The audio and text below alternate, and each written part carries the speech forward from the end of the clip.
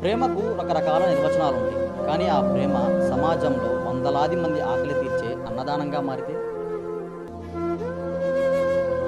ఆకలైన మనిషిని చూసే మనస్తత్వం కాదు మాది. ఉమ్, భోజనం రోజు 3 నెలలు బట్టి 4 నెలలు బట్టి నేను ఇక్కడనే తింటున్నా.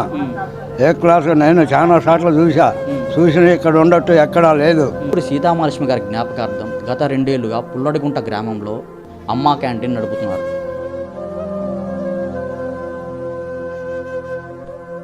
మాకాయ ఉన్న అన్నాలు దేవత ఉంది మాకు.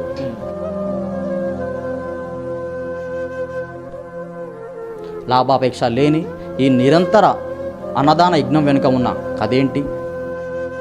చుట్టుపక్కల భోజనాలు ఉండా సరే అసలు క్యాంటీన్ అనేది ఆపడం అనేది జరగల. అన్ని క్యాంటీన్లు వేరు, ఇది వేరు. పేదవాడికి అన్నం పెడితే మాకు కడుపు నిండిద్ది. మాకు శ్రీరామ రక్ష.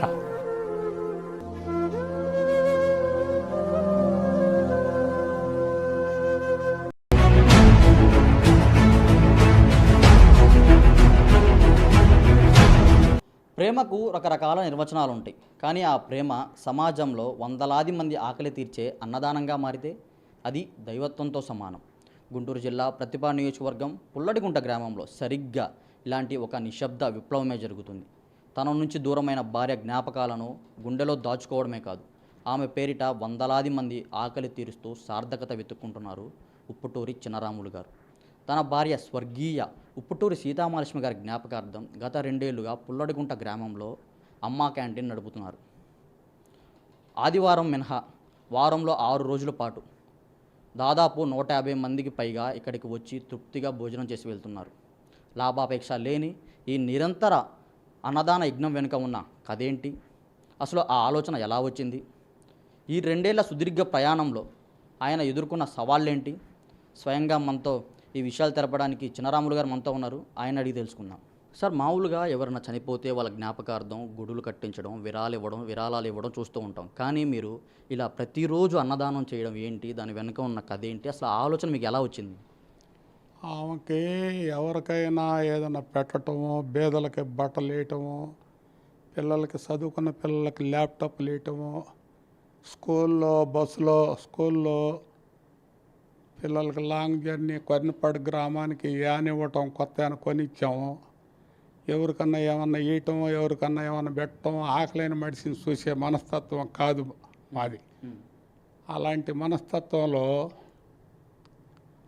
మనస్తత్వం ఆమెది. దీన్ని బట్టి మేము శ్రీకాకుళం జిల్లాలో 15-20 సంవత్సరాలు ఉన్నాం. జిఎంఆర్ అని గ్రంథి మల్లికార్జునరావు గారు నిత్యం ఇదే కార్యక్రమం చేస్తున్నాడు. అన్నదానం, వస్త్రదానం, కన్యాదానం. అప్పుడు మా అబ్బాయి కాలేజీలోకి వెళ్ళి చూస్తూ వచ్చేవాడు. ఎప్పుడైనా సరే మనం కూడా ఇలాంటి కార్యక్రమాలు చెయ్యాలి, 10 మంది సేవ చేసుకోవాలా. అంత మించిందేం లేదు మనకి. మనం పోయేటప్పుడు మోసుకెళ్ళేదేం లేదు. 10 మంది సేవ చేసుకోవాలమ్మా నాన్న అని చెప్పేవాడు పిల్లాడు. మాకు కూడా, మా ఇద్దరికి కూడా ఏకగ్రహంగా మా పిల్లాడు చెప్పిన మాటనే మేము కన్ఫర్మ్ చేసుకొని మాట్లాడేవాళ్ళం. అలాంటి మా బాబుకి హైదరాబాదులో మా మిస్సెస్ ఏఐజీలో ఉంది, 12 నెలలు ఉంది. ఆరోగ్యం బాగోక 12 నెలలు ఉంటే ఆ 12 నెలలు ఒక వంట మనిషిని పెట్టి రోజుకి 300 మంది జనానికి ఆ లైన్లో ఏఐజీ హాస్పిటల్, క్యాన్సర్ హాస్పిటల్లో బార్కి లైన్గా నుంచోబెట్టి రోజు 300 మందికి భోజనం పెట్టాం. అక్కడి నుంచి అంతలోకి ఆమె కాలం చేసింది. ఆమె కాలం చేయంగా బతికండంగా కూడా పుల్లడిగుంట గ్రామంలో కూడా ఆ రోడ్డు మీద లైన్లో నుంచోబెట్టి 100-150 మందికి ఇక్కడ కూడా వండించి పెట్టాం అన్నం. ఇక అక్కడి నుంచి ఆవిడ పూర్తిగా చనిపోవడం జరిగింది. చచ్చిపోయిన కాడి నుంచి నిత్యం ఒక పండగ లేదు, ఏ పండగ అయినా సరే, ఎక్కడ భోజనాలు చుట్టుపక్కల భోజనాలు ఉన్నా సరే అసలు క్యాంటీన్ అనేది ఆపడం అనేది జరగల. ఆ మధ్యకాలంలో గ్యాస్ దొరకల. గ్యాస్ దొరకపోతే సరి కడ్డీలు వేసుకొచ్చి అన్నం వండించి పెట్టాం. తర్వాత గ్యాస్ సిలిండర్లు బ్లాక్లోనో ఎట్నో దొరుకుతున్నాయి. ఆ గ్యాస్ సిలిండర్లు పెట్టి వంట చేపించి పెడతాం. బియ్యము పిడుగురాళ్ళ రైస్ పెడతాము.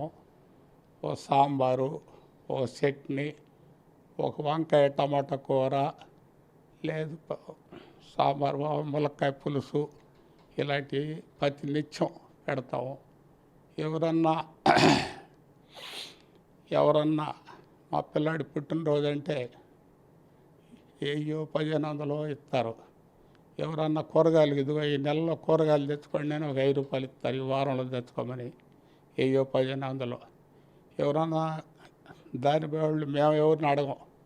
ఇగో బాబు రెండు టిక్కీలు బియ్యం ఇగో మా పేరు మీద అన్నం పెట్టండి బాబు అంటారు ఎవరన్నా కథాజీతు.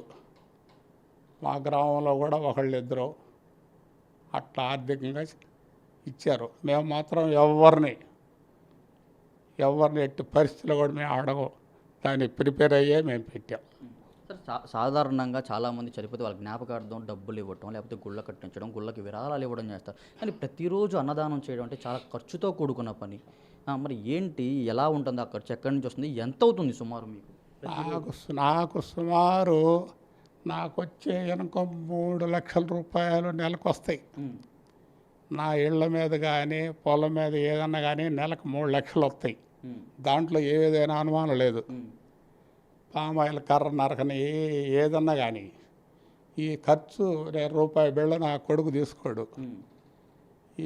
ఈ ఖర్చు ఈ వచ్చిన డబ్బును మొత్తాన్ని పేదవాడికి అన్నం పెడితే మాకు కడుపు నిండిద్ది. మాకు అదే కడుపు నిండిద్ది. అదే మాకు శ్రీరామ రక్ష. ఆ భగవంతుడు, ఆ శివయ్య, ఆ శివనారాయణమూర్తి, నాయన ఈ పని మీరు చేయండి, దీన్ని మీరు ఉపయోగపడతారు అని ఆ భగవంతుడు దయ వల్ల ఆ భగవంతుడే మాకు ఈ అవకాశం ఇప్పించినందుకు మేము చాలా సంతోషపడుతున్నాం. సార్, ఈ 2 ఏళ్ల నుంచి అన్నదానం చేస్తున్నారు అమ్మ క్యాంటీన్లో. చాలామంది వచ్చి తినేళ్ళు ఉంటారు. ఈ 2 ఏళ్లలో మిమ్మల్ని ఎవరన్నా వచ్చి దీవించి మాకు ఇది మనశ్శాంతి, మాకు తృప్తినిచ్చింది, మీకు తృప్తినిచ్చింది అన్న సంఘటన ఏదైనా ఉందా? చాలామంది చాలా సంతోషంగా చాలా హ్యాపీగా ఫీల్ అయ్యారు. ఇట్లాంటి పని చేయటం చాలా అదృష్టం. ఆ భగవంతుడు మీ చేత చేపిస్తున్నాడు ఈ సేవ. మా అబ్బాయికి రామకోటేశ్వరరావు అమెరికాలో ఉంటాడు. వాడు ఈ సాలపైన పక్షంలో వాడు డబ్బులు వేస్తాడు. ఇంకా కాసిన కోసిని నేబట్టి మహారాజులు ఎవరన్నా ఇదిగో అన్నా ఇగో ఈ 10 రూపాయలు తీసుకో అన్నా క్యాంటీన్కి, ఇదిగో 20 రూపాయలు తీసుకో ఈ పూట కూరగాయలకి, ఇదిగో ఈ పేదోడికి ఆ మామిడికాయలు ఇగో అవి, ఇదిగో ఈ పేదోడికి జిలేబీ అని ఇట్లా కొద్ది కొద్దిగా ఆర్థికంగా ఉండే అది కూడా పుస్తకంలో రాసే ఉంచాం ఎవరెవరు ఏమి ఇచ్చింది.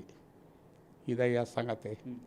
ఈ కార్యక్రమాలు చూసి ఎవరైనా మిమ్మల్ని అభినందించడం కానీ, గ్రామస్తుల నుంచి వస్తున్న స్పందన ఇవన్నీ ఎలా ఉన్నాయి? గ్రామస్తులందరూ మమ్మల్ని ఎవరు అనేవాళ్ళు లేరు.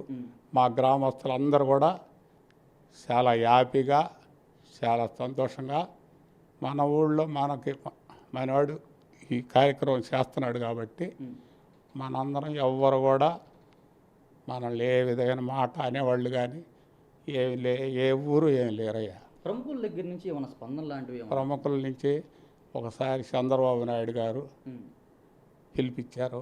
పిలిపిస్తే నేను చూపిస్తే శభాష్, ఈ కార్యక్రమం ఇంత మించిన ధర్మం రెండోది లేదు, ఇట్నే కొనసాగనండి అని చెప్పి అన్నాడు. అలాగే జిఎంఆర్ కూడా మనస్ఫూర్తిగా అభినందించాడు. గ్రంథి మల్లికార్జునరావు గారు కూడా. ప్రతి ఒక్క కార్మికుడు వచ్చినా అట్లాగే మన బండ్ల గణేష్ ఆయన భార్య ఇద్దరు మనస్ఫూర్తిగా అభినందించారు. కోంటి జయరాం గారు, చాలా ప్రముఖులు ఉన్నారు, పెద్దలు ఉన్నారు. వాళ్ళందరూ ఆశీర్వాదాలు మనస్ఫూర్తిగా అందరూ మమ్మల్ని అభినందించేవాళ్ళే. మనం పొరపాటు చేయము, తప్పు చేయము. ఆఖరికి నేను లేకపోయినా పర్వాలేదు కానీ వచ్చిన లాస్ట్ అంతా అయిపోయినాక ముసలాళ్ళు ఎవరైనా వస్తే లాస్ట్కి ఆ ముసలాడిని తీసుకెళ్ళి నేను తినే అన్నం అయినా వాడికి పెడతా, పెట్టి పంపిస్తా, లేదా వండించి పెడతా. ఇప్పుడు ఏదైతే ఈ కార్యక్రమాలు అన్నీ చేస్తున్నారు కదా, ఈ కార్యక్రమాలు ఇంతటితో ఈ ప్రాంతం వరకే లేకపోతే మరికొన్ని ఇంకా సాగిస్తారా? మరో ప్రాంతం కానీ మరి ఇంకొక చోట ఎక్కడైనా పెడతాం కానీ ఇలాంటి ఏమైనా ఆలోచన ఏమైనా ఉందా? ఇక నా దగ్గర వయసు అయిపోయింది. మా ఊరు వరకు 5వ మైల్ సెంటర్లో కూలింగ్ వాటర్ పెట్టాం, ఒకటి నిరుడు పెట్టాం, పోయిన సంవత్సరం ఏ సంవత్సరం కూడా పెట్టాం. ఇక్కడ పుల్లడగుంటలో కూలింగ్ వాటర్ పెట్టాం, అన్నా క్యాంటీన్. 24 గంటల నీళ్ళు పోతానే ఉంటాడు, తాగుతారు. ఈ అన్న కార్యక్రమం అనేది మా గ్రామంలో మేము జరుపుతాం. మేము జరిపి పేద ప్రజలకు అందరికీ వాళ్ళు కడుపు నిండా అన్నం తినాలని నా భార్య ఇప్పుడు సీతామహాలక్ష్మి జ్ఞాపకార్థం ఆమె చచ్చిపోకుండా బతికున్నట్టు లెక్కేసుకొని ప్రతిరోజు ఆమెను దలుచుకుంటూ ఆమె జ్ఞాపకార్థంగా ఈ కార్యక్రమాలు పెట్టాం. రాములు గారు, 150 మందికి భోజనం వండించి మధ్యాహ్నానికి అందించడం అంటే మామూలు విషయం కాదు. ఏంటి మీ దినచర్య ఎలా కొనసాగుతుంది? ఈ కూరగాయలు కానీ లేకపోతే ఈ సరుకులు కానీ ఏంటి మీ దినచర్య ఎలా సాగుతుంది? ఉదయం నిత్యం కూరగాయలు నేను చేతినే 3 లక్షలు వస్తాయి మాకు, ఇది సరిపోతాయి, ఇంకా మిగులుతాయి. కూరగాయలకు వారానికి ఒక రోజు నేనే పోయేస్తా, పోయి వారాన్ని సరిపోని వేసుకొస్తా. కొంతమంది కూరగాయల వాళ్ళు పచ్చిమిర్చి వాళ్ళు డబ్బులు తీసుకోరు. నేను చూస్తాను ఉండంగా బాబాయ్ అన్న క్యాంటీన్కి మేము కూడా మానవత్వం గల మనుషులేను, సీను అని పచ్చిమిర్చి ఇస్తాడు ఒకడు, అతను రూపాయి బిళ్ళ తీసుకోడు, 10 కేజీలు వేస్తాడు. ఎప్పుడైనా 10 కేజీలు తీసుకో. కథ వాళ్ళందరూ కూడా రూపాయి అడుంటే బాబాయ్ 10 రూపాయలు తీసుకుంటాం, మేము ఎక్కువ తీసుకొని కూరగాయలు సహకారం బాగా చేస్తారు. ఈ 2 ఏళ్ల కాలంలో ఏదైనా సవాళ్ళు ఏమైనా ఎదుర్కొన్నారా? సవాలే ఉంది, ఇబ్బందులు కానీ. మనకి ఇప్పుడు మీరు ఇందాక చెప్పు గ్యాస్ లేక ఇబ్బంది పడ్డాము, గ్యాస్ లేకుండా ఇబ్బంది పడితే కట్టెలు పుట్టించాము. మాకు మనుషుల వల్ల ఇబ్బంది లేదు, వంటోళ్ళు మనవాళ్ళే. ఎంతమంది పని చేస్తారు మొత్తం? ఎంతమంది ఎందుకు చేయట్లా, భీమిలి భర్త, వాళ్ళ భార్య భర్త, సత్యానందం, శివ, 4 కంపల్సరీగా ఉంటారు. పైన సత్యానందం ఉంటాడు, 5 కంపల్సరీ ప్రతిరోజు. అది చాలామంది ఈ ఉన్నత స్థితిలో ఉండి కూడా సహాయం చేయడానికి వెనకాడుతున్న వాళ్ళు చాలామంది ఉన్నారు. కానీ యువతకి కానీ అలాంటి వాళ్ళకి కానీ మీరు ఎటువంటి సందేశం ఇస్తారు? ఇట్లాంటి కార్యక్రమం చేస్తే వాళ్ళు, ఇప్పుడు మనం ఉన్నాం, తండ్రి చచ్చిపోతాడు, మలతాడు కట్ చేసి శ్మశానంలో వెనక్కి తిరగకుండా వెళ్ళిపోరా అంటారు తండ్రిని, ఏది కొడుకుని. వీడు చూసి వీడు మోసుకెళ్ళేది ఏం లేదు, మనం మా దగ్గర మలతాడు కూడా ఉండదు, మాకు ఉన్నదే చాలు, మాకు ఇవి ఉండదు చాలు, మేము పెట్టడానికి పూర్తిగా నిర్ణయం తీసుకున్నాం. ఒకళ్ళ మీద బాధ్యత కానీ ఒకళ్ళ మీద ఆధారం కానీ మాకు ఎలాంటి పరిస్థితుల్లో కూడా లేదు. కానీ లేదని ఎవరైనా చేయాల్సిన వాళ్ళు మాత్రం చేస్తారు. మీ తర్వాత దీన్ని ఎవరు కొనసాగిస్తారు? ఇది కొనసాగుతుందా? నా తర్వాత కొనసాగుద్ది అంటే ఏంటి ఎలా ఉంది? నా తర్వాత నా కుమారుడు నడుపుతాడు, అంత తర్వాత నా అవసరమైతే నా మనవడు అక్కడిని కూడా నడుపుతాడు. ఎటువంటి ఇక ఈ అన్నా క్యాంటీన్కి ఎక్కడ ఎవరు ఆపే పరిస్థితి అయితే లేదంటారు? అసలు లేదు, నడపాలనే మా కోరిక. ఇక పరమేశ్వరుడు ఏం చేస్తాడో నాకైతే తెలియదు, కానీ మన అనుకోకుండా టెంట్ పడింది నాకు. అట్లాంటి ఉడదొడుకులు వస్తే అయినా కూడా ఆ కార్యక్రమం ఆగదు. అలాంటి పరిస్థితుల్లో కూడా కొనసాగించారా? అసలు అడుగు ఎవరిని ఒక్క రోజు కూడా ఆపల. నా పని నాదే ఉంది, ఇక్కడ జరిగే పని ఇక్కడ జరుగుతూనే ఉంది. చూశారుగా, మనుషులు మన మధ్య నుంచి వెళ్ళిపోయినా వారు పంచిన ప్రేమను, వాళ్ళ జ్ఞాపకాలను సజీవంగా ఉంచొచ్చని పుల్లడగుంట గ్రామంలోని ఈ అమ్మా క్యాంటీన్ నిరూపిస్తుంది.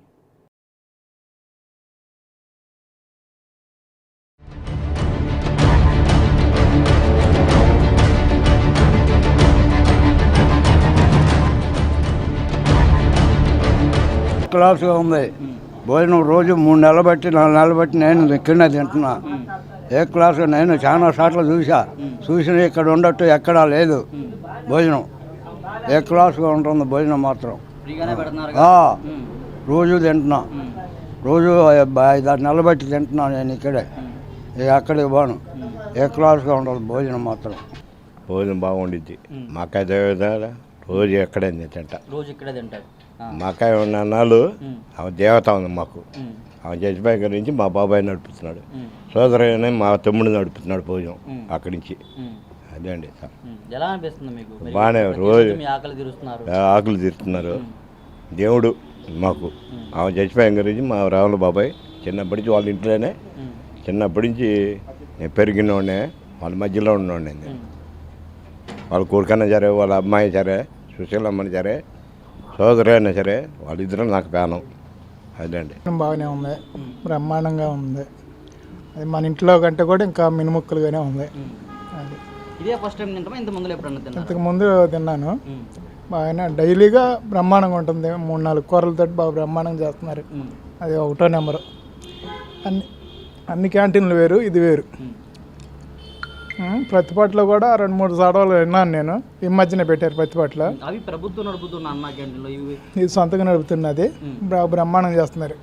అది ఏంటి భోజనం ఎలా ఉందా ఇక్కడ? ఇక్కడ బాగుంది. మా ఎర్రనపాలెం మండలం, ప్రకాశం జిల్లా. అన్నం సూపర్గా ఉంది, బాగుంది. ఏం చేస్తాకు వచ్చారు ఇక్కడికి? మేము లారీకి వచ్చినాం, పత్తి అన్లోడ్ కాల. ఇక్కడ క్యాంటీన్లో అన్నం పెడుతున్నా అంటే ఇక్కడికి వచ్చినాం. చెప్పి ఎవరో చెప్తే వచ్చారు. ఎలా ఉంది భోజనం? భోజనం బాగుంది.